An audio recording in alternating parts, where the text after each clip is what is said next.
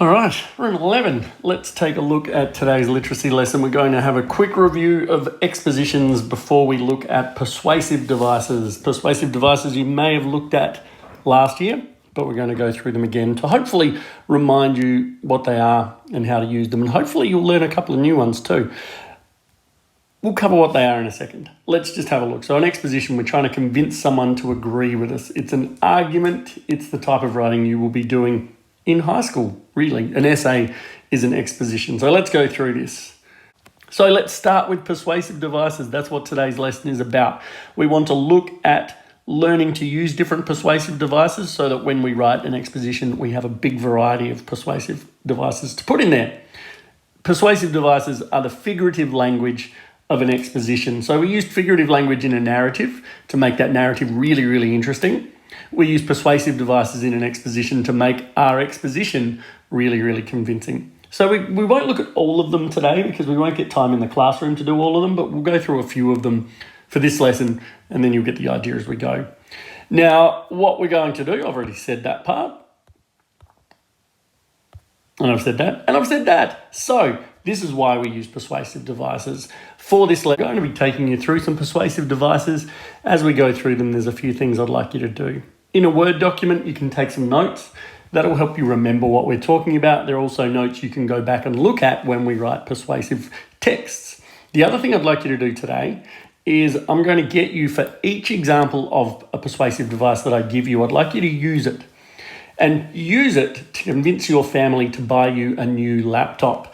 They don't actually have to buy you a new laptop because you'll probably get one next year when you go to high school. But if you did need a new laptop, what sort of arguments would you give your family to say that they should?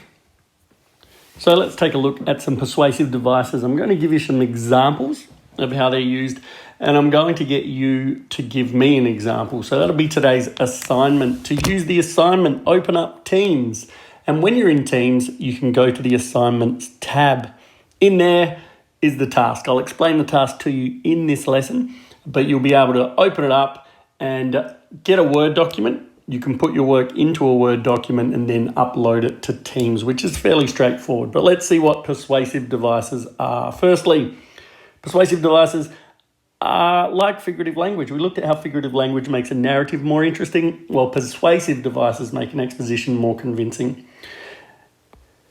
They make it more interesting as well. Instead of using the same technique over and over and over again, a nice variety of persuasive devices will make your writing stand out. So it'll get your audience thinking, and it's much easier to convince them to agree with you.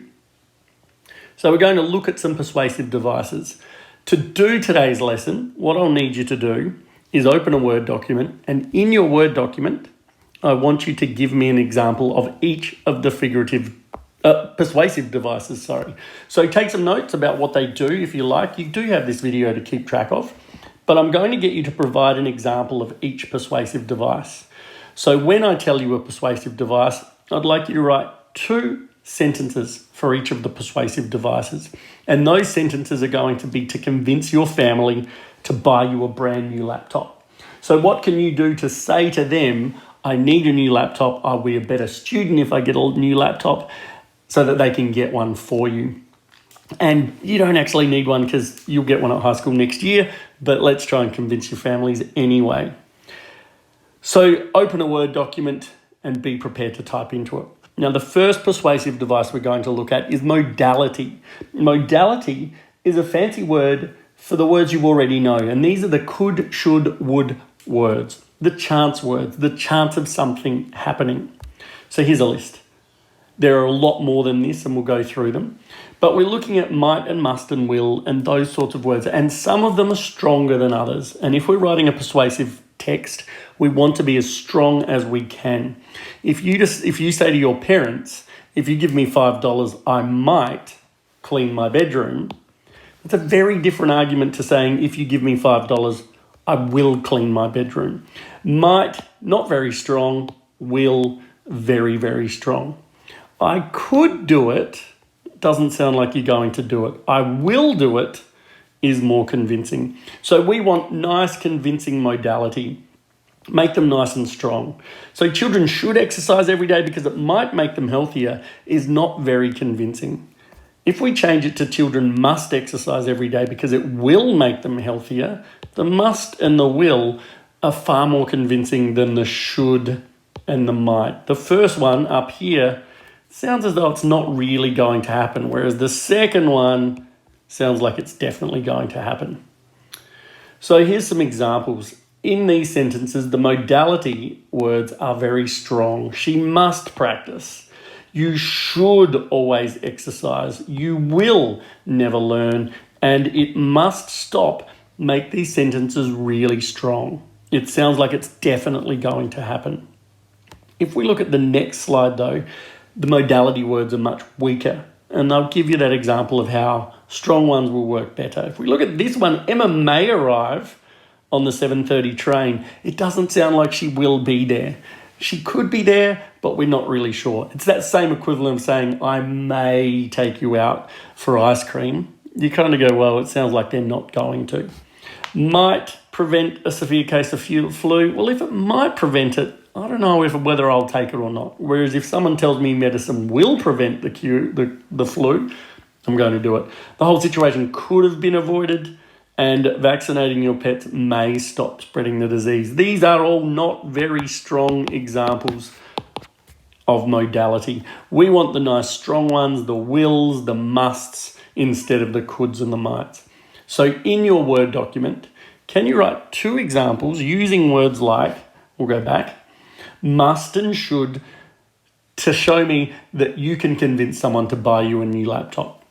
I have to have a new laptop instead of I might need a new laptop. If you buy me one, I will do this. Laptops will help me. So have a go at that. Once you've done that, unpause the video and we'll look at the next piece of persuasive writing. Oh, I went backwards. Here we go. The next one's rhetorical questions. And from looking at the pieces of writing that people have already done for me with expositions, there are a couple of people using rhetorical questions well. And if you know what a rhetorical question is, it's a question designed to get people thinking. A rhetorical question doesn't want an answer. It's a question like, how would you feel if? What would happen if? You're not expecting anyone to answer, but you're getting them to think about what would happen. What sort of country would Australia be if we don't allow children free access to technology? I'm not expecting an answer. I'm expecting my audience to sit there and think for themselves about what it is. So I can make my audience do the thinking for me, which is pretty good. How would people feel if they had their freedoms taken away? Well, I would think that'd be terrible, but I don't need someone to tell me that. So a rhetorical question is a nice way to get your audience to do the thinking for you. How would you feel if I didn't have a brand new laptop and I failed my history assignment? That's going to convince your parents to maybe go, oh, yes, I don't want you to fail, so I will need to get you one. So have a go at a rhetorical question. Try 2. Unpause, watch the video when you're done. Next, we have conditionals. Conditionals is just a fancy word for an if statement. If this happens, this will happen. And conditionals are fantastic to use in expositions because they give evidence and examples. If I don't get a new laptop, my grades will suffer. Now, in a conditional, you're automatically going to use modality, so you kind of get 2 birds with 1 stone. If children are not exercising, they will get sick, which will cost the country millions in healthcare. I'm saying if this doesn't happen, all these terrible things will happen.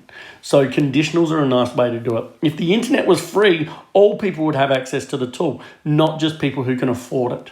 So conditionals, if statements, are great ways to try and convince people. So in your Word document, try 2 conditionals to convince your family to get you a laptop. I'll give you an example, but you can't use it. If I had a new laptop, I would be able to access my work from school a lot easier, so I would get a better education from home.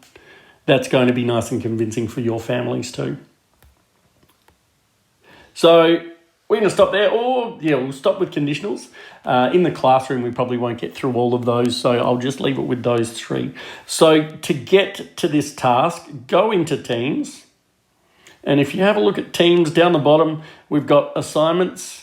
It's here. If you go into assignments or even activity, you'll get to this page, which if you view the assignment, it will tell you what you need to do for today's task. It looks like this. You're going to provide an example of persuasive devices. There's the examples of modality, rhetorical question, and conditional. And there is the rubric of how it's going to be marked. Any questions, email me, and good luck. I'll speak to you again.